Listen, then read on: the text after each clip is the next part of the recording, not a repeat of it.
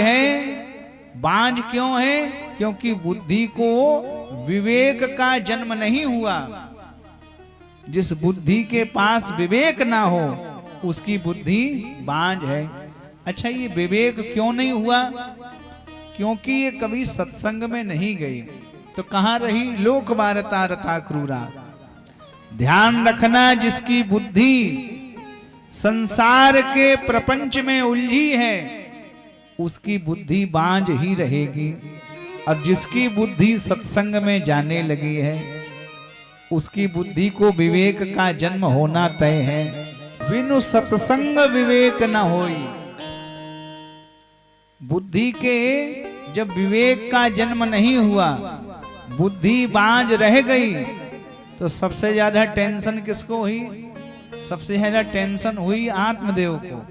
आत्मा को टेंशन है कि बुद्धि बांझ रह गई। आत्मा कहां चली गई? एक महात्मा के पास। महात्मा ने सत्संग का फल दिया, बुद्धि ने वो फल भी नहीं खाया।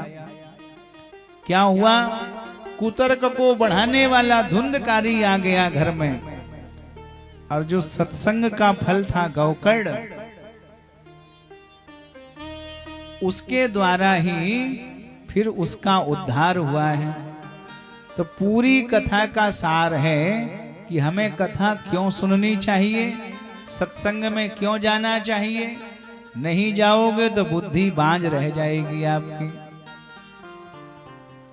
महात्मा का अंतिम अध्याय है जिसमें यह बताया गया कि भागवत कैसे सुने, भागवत कथा को सुनना कैसे है, how to listen the Bhagwat katha. भागवत कथा को कैसे सुने? तो सबसे पहले नियम बताया गया। अथ ते सम प्रवक्षामा सप्ताह श्रवणे विधिम। भागवत सप्ताह के श्रवण की विधि सुनिए। क्या विधि है? सबसे पहला नियम है कि भागवत की जो कथा है वो सबसे ज्यादा पुण्य देने वाली कहां पर है?